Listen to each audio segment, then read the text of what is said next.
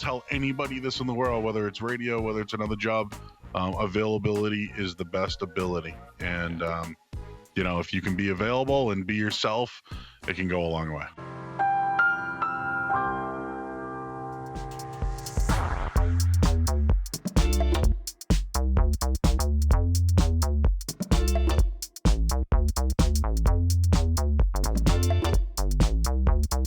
Hey, welcome into Carpooler with Ben. Folks, the virtual edition continues. One of the things that I have found great pleasure and a fun time doing is finding people to talk to that have taken this COVID time, these social distancing times, and pivoted to do something different, bring something new along, or just have some fun. One of those guys can be heard on a regular basis, weekly, sometimes daily, depending on how the week goes, up there at 98.5 The Sports Hub in the Boston area. He is Joe Murray. He created a podcast. He's got the Just Sitting There interview series. You fill in from time to time on the morning show, and you're on different days of the week. And your story coming up through, which really launched you, was you watching a game. I believe it was on a Saturday or a Sunday. It was on a weekend. Some shot hit. You and your buddy have kind of have turned your passion or a hobby into something that is fun and exciting. So, Joe Murray, sir, good to see you. Thank you for joining me. I appreciate it. I wish we could be carpooling, man. Maybe we could take a ride up to Route 1 and, from Providence all the way straight down. We could have some fun up there, that stretch. I'd rather come up your way, pick you up, and go to the Loon and hang out with Mr. Andy Wong. We can get roast beefs. We can get go to the North Shore and get some great, seafood up there. I mean, it'd be a hell of a time, man. It'd be a magical day. We could tell both of our wives, just, don't worry, don't worry, we'll be fine. No, but you have... When the whole Corona thing happened and everything started shutting down, you found yourself in the same situation that a lot of people did, either reduced hours, working from home, whatever. You started this interview series where you just started interviewing people via the way we're doing now. And it was great because you got to talk to people on some of those backstories. What was that like in, putting that whole thing together? So we pretty much got told at the Sports Hub, a lot of the part-timers, that we're not going to get any more airtime. Obviously, the radio business is a struggle these days, even if you're the number one sports station in the country. So I was like, all right, what can I do to continue to work on my craft? Or, just probably like you probably not just a guy who can, talk music or talk politics or do anything. I like music. I like watching TV shows. I love to talk food. And so what I tried to do is just start something called Just Sitting Here. It was kind of a joke. Based off something that on the radio, I don't move much when I work on the morning show with Toucher and Rich. Let's pay homage to the man, the myth, the legend, Mr. Mark Gemelli, who just came up with it on a whim, and that's sometimes where the best titles come from. His son is a producer at the station, and he just goes, and even Joe Murray just sitting there, and I was like, hey, why don't we just start a podcast called Just Sitting Here? But the idea somewhat actually came from a colleague of mine, Michael Hurley. He was just interviewing people at the station, but they were the big names, the Michael Felgers of the world, the Tony Mazes. And I'm like, well, why don't I just shoot the breeze with other guys that I work with that are not doing anything right now. And that's kind of where it came from. But it was, I sent them an email in advance. Hey, these are the things I want to talk about. And then let's just talk about what we like. And, it's whether it's guys that were in emo pop punk bands or, Big Jim Murray being out in Alice in Chains Unplugged. Sure. This is the stuff that we got out of. I found out Doug Kide, who works for Nesson, was in a punk band with my best friend, and I didn't even know it. And just, it was a small world, but it was basically 90 minutes a day of, dude, let's just hang out. And, I think it's good. You can check them out. They're all out on YouTube and on iTunes and everything, but it was a good way to get to know other people and their stories as well. I mean, that's the whole point. You do, when you do radio, you are talking, you do have the microphone, your content is the airtime that you fill. And so, bringing those stories out. And I think that was a really cool way to work on your craft, to talk to people who are usually used to doing the interview. So kind of flipping the script on them. So I thought that was really awesome. And what's cool is people started reaching out to me. Hey man, I want to hang out. I'm not doing anything, and I'm like, let's do it. So I had a schedule. All of a sudden, I'm like, I got this guy this day, this guy that day. We had a whole football week of Super Bowl champions who wanted to come on. I'm like, all right, let's do this. And I'm going to pick it back up eventually here. I mean, obviously, I just did 7 straight weeks with Toucher and Rich, filling in every day. That was, I've done 2 stints of that now. Yes. And I've gotten my taste of doing morning radio. I haven't screwed up the ratings. So at this point, congratulations. And as you know, man, like, hey, when someone's down, they call you. And I'll tell anybody this in the world, whether it's radio, whether it's another job, availability is the best ability. And, if you can be available and be yourself, it can go a long way. No, that's sound and wise advice there. You've done the long term. You kind of see the grind and everything, and you're right. It builds the repertoire. It builds the your chops and whatnot, and you have fun doing it. You're a Massachusetts native. You're from the North Shore area, if I'm correct. So I'm from so it's funny. I'm from Hyde Park, which is okay. Urban side of the city. Okay. I grew up, single parent. An older brother was doing pretty well for himself. I was a 3-sport athlete. So, I'm 6'3", over 300 pounds now. But 20 years ago, I'd take nobody could stop me on the football field or, down on the basketball court or on the baseball diamond. So, but after high school, I thought I was going to play football in college. I didn't. And I ended up getting into the automotive business. Okay. And I was listening to sports radio every day. Okay.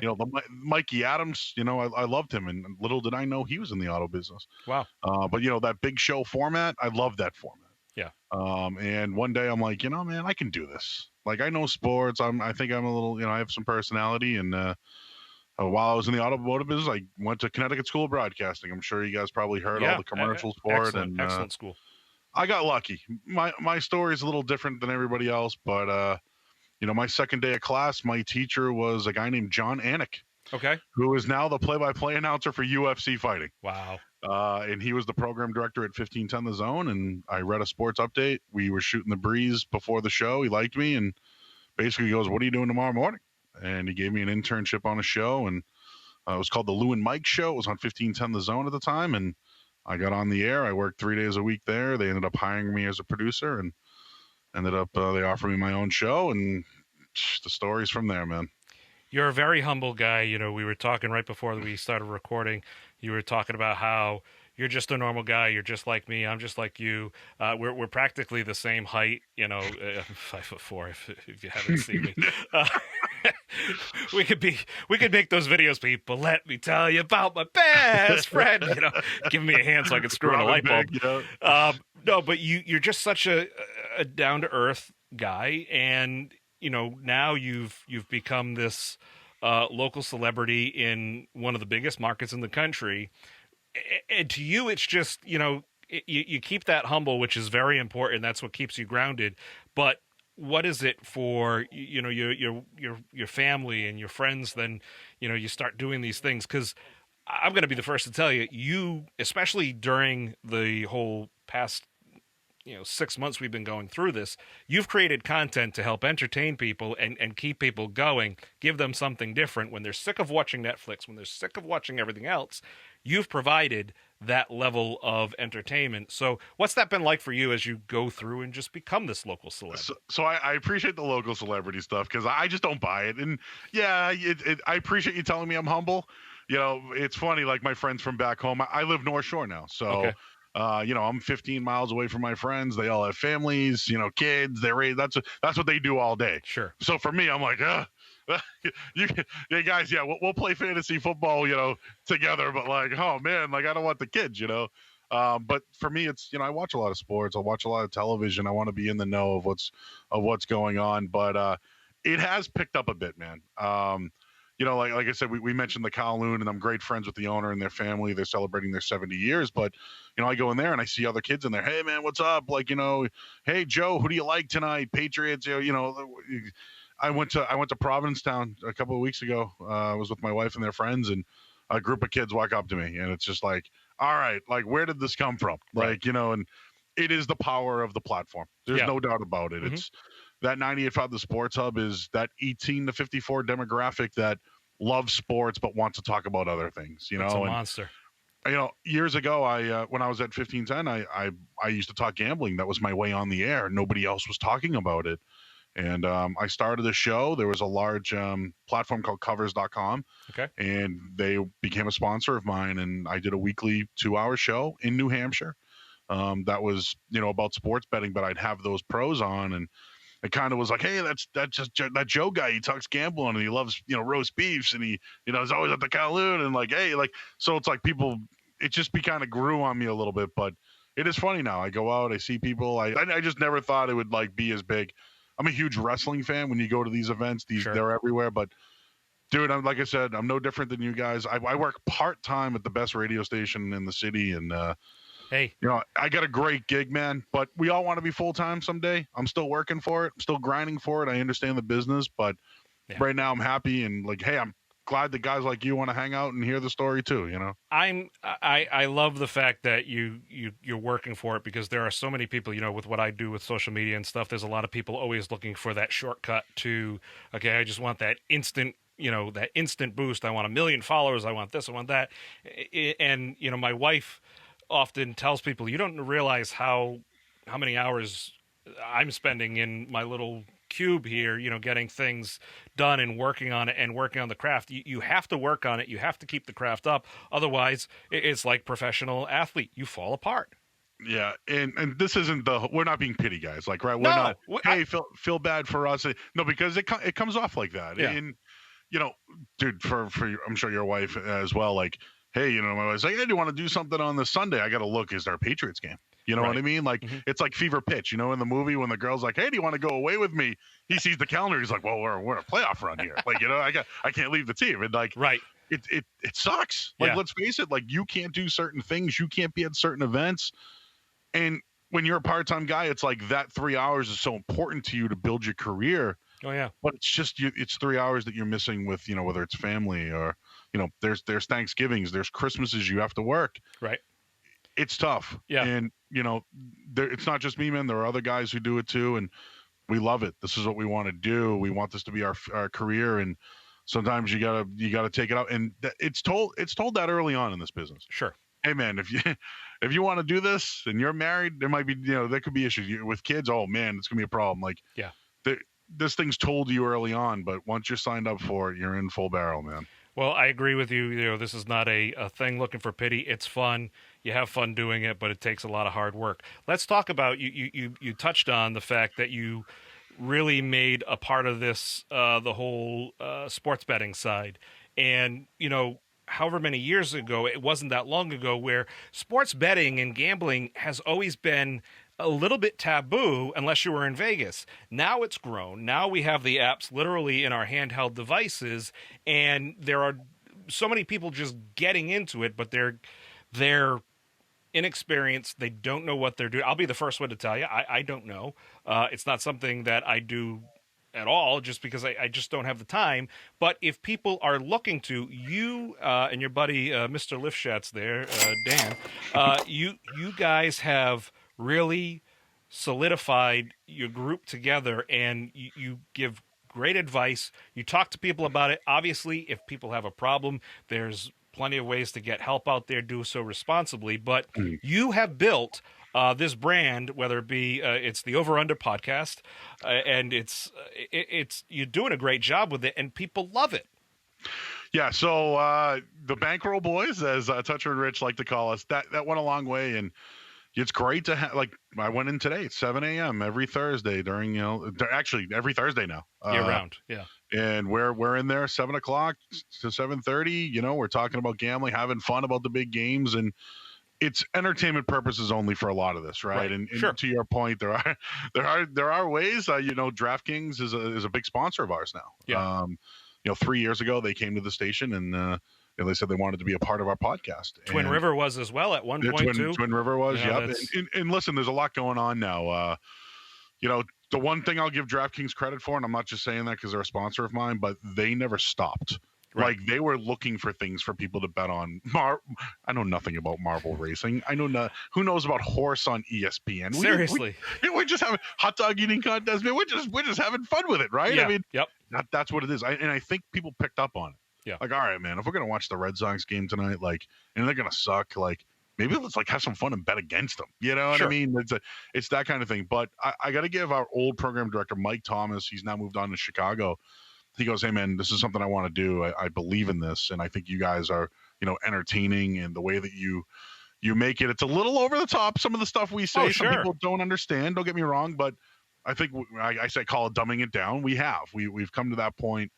But I'm telling you, man, like this is where people are going to be talking about this for a while now, and I really appreciate the opportunity that we got to do this early on. And hey, the Celtics play tonight, right? Or the Celtics, they're in a series with the Heat. Hey, who's the winner? Who's the favorite in the series? Who's the referee tonight? What's the angle on that one? That's the wrangle, right? The ref angle, the wrangle. Yes. See, I didn't know that until a few weeks ago, and I was looking in the description. And I said, "Oh, it's our angle, not wrangle." Yeah. Like I was thinking it was like my Jeep, like a Wrangler. That's just the wrangle. It's a real thing. Yeah, we're gonna hashtag it. Maybe make hats and T-shirts. I think you should. There's definitely branding opportunity. Let's talk for a second about Mike Thomas. Pure visionary. Obviously, he did a great job growing just the station here, and I remember the stories that they were talking about on the station about how he was so confident and he did such a good job. And at one point, he said to one of the hosts, he goes, it'll be fine. And the host goes, you say that, you've got a job. I'm on air. I'm out. Like if this goes bad, it's me. I got to tell you. So how I got hired, and I don't know how other people's stories go, but long story short, I used to buy radio time. I was at 1510 The Zone. They were like, hey, do you want to start a show? You got to pay for the time. Okay. So I knocked on doors, man. I had, hey, anybody in the area want to help a kid like me? They did. I got a ton of support. I bought airtime. I did the commercials. I produced them myself, and I paid the station, and I wanted to keep that going. If I wanted to be on, I had to find a sponsor, man, and I did that. And I grinded there. I went to 890 ESPN, which was defunct. I worked in financial radio at a Money Matters Radio. I helped develop that brand there. Yeah. That show's doing great now. They're on WRKO, Barry Armstrong. But I went to all these places. I finally got a full-time job in radio at North Shore 104.9. It's covering the Red Sox.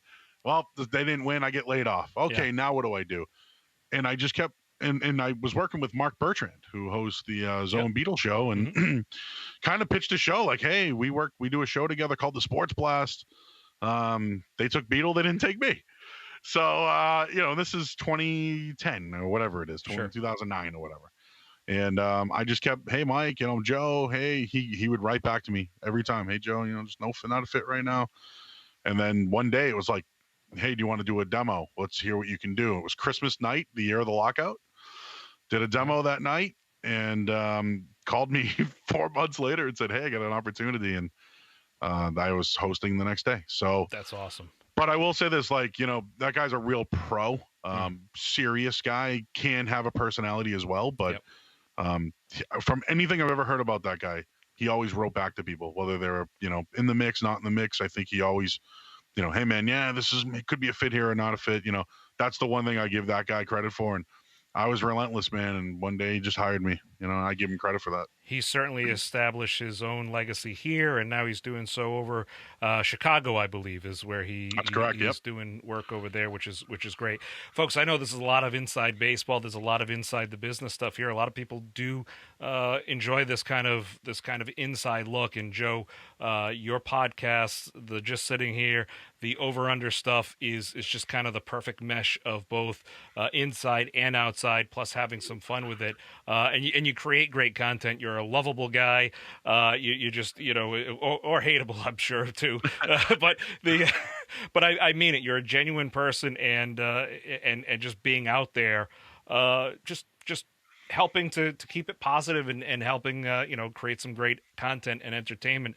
As we wind down into the end of the year, and hopefully, please, the end of this whole COVID situation. Is there anything you've got on the horizon? Anything you're looking to do or grow or start? I mean, it's always, you're a hustler. You're always doing something. So you're right. I am a hustler. There's no doubt about that, man. I grew up across the street from a golf course in Hyde Park, and I've been hustling golf balls ever since I was 10 years old. You know what I mean? Hey, you need a caddy for the day? I'm your guy. So that's how I grew up, man. But I don't know, man. I think I have to go back to the real world. I don't know. There's not many people that can work a full-time job and do radio. Yep. And what I mean by full-time job is, I was in the tech business. I worked for companies like Car Gurus. I was one of their, first reps when they first started, and that was a great opportunity for me. I've worked for TripAdvisor. Okay. I worked for companies called Easy Cater in the city, and I think I want to get back into tech sales, something to do Monday through Friday. Obviously, my ultimate goal would be to be full-time radio. Sure. I want it to be at the Sports Hub. Yep. It's a great brand. And just so you know, there's this myth that some stations don't like other stations. Like I like the guys over at WEEI. Sure. I have friends who work there. I have friends who've been at the Sports Hub who are there now. I want to work it out at the Sports Hub. I want to stick it out there. They gave me the opportunity, and that's what I want to do. But there's contracts, man. As you know, people are under contract. People, and people in this business now, man, like people are keeping these jobs, Sure. And so for me, I think personally, that's what I want to do. I think I want to do radio weekends. When you need me, I'm here. I'm available, and I'm going to continue to do the Just Sitting Here podcast. I'm going to be doing post game for the Patriots this year. Great. It'll be myself and Big Jim Murray. We got the Murray, the Murray brothers, of Murray and Murray. All right. Which, by the way, when I first started in radio, not easy. When there's another guy named Murray at the station, just like you. And my radio name was Joey Murr, and there was, someone else who had Murr as the last name. So it's like, there's always these, hey, who's this Ben kid? Hey, Ben, I know 55 Bens in the world. Exactly. It happens. But it's a little different, too. The physical appearance, you think you're getting one Murray, and a different Murray walks through. It's Big Jim. So which one? Which one is Big Jim? He's 6'5". You know what I mean? Like, right. He's sitting next to the both of us. Which one's which? But we become cool. Me and him. I love working with him. But yeah, man. Down the line, I want to continue. We're going to continue to grow over under, man. And legalization in Massachusetts, Rhode Island, you name it. In Mass, it needs to happen. Sure. I'm not a political guy. I'm ignorant to all the politics. But it sounds like. You'll live a lot longer that way. Yeah. Wouldn't it help? I mean, I don't. We have the best sports. We have the greatest college sports teams in the town. Like, I'm just saying, like one of the best college sports cities in the country. Like, yeah. We have the best sports teams. Like, it's Foxborough's right near Rhode Island. Like, it's just it makes too much sense. It's for it not to happen. It's how this whole situation. It's how this whole area is. People just don't realize how close things are, and so when you get when those little weeds, get in the way and everything, those little nuances, they'll eventually work it out, which will obviously be great for you and your brand. And look, I am pulling for you for a full-time gig, man, because I think you're great on the air. You bring great energy. You're hilarious. You can talk about stuff other than sports. You're real, which is something that is, and you can have a conversation with anybody. If you can do it with me, you can do it with anybody. So, I mean, that's a gift in and of itself. I wish you all the best, man. And, by all means, as soon as we can, make riding in the same car okay again, we will do the tour. I love that. We will do the tour. I might have to break out Beauty School Dropout just as a little sing-along, just because I know you've got those deep pipes and everything, but that's good stuff. I'll never get over that, huh? I think it's, hey, listen, I got the keyboard right here, man. I mean, I was put on the spot that day. Yep, 7th grade, 8th grade, I would sing Beauty School Dropout, and it was like, here you go. I'm like, all right, let's do it. At some point, you're going to be handed the mic, and what you choose to do is... You were a musician, right? Yes. Same thing. I will never say I was a musician, but I'm a failed musician. I tried to play music. I wanted to sing. I wanted to play the guitar. I can play a few notes. I can hit the drums a little bit, but I failed. But I learned. That's how I learned how to use everything in radio. Oh, sure.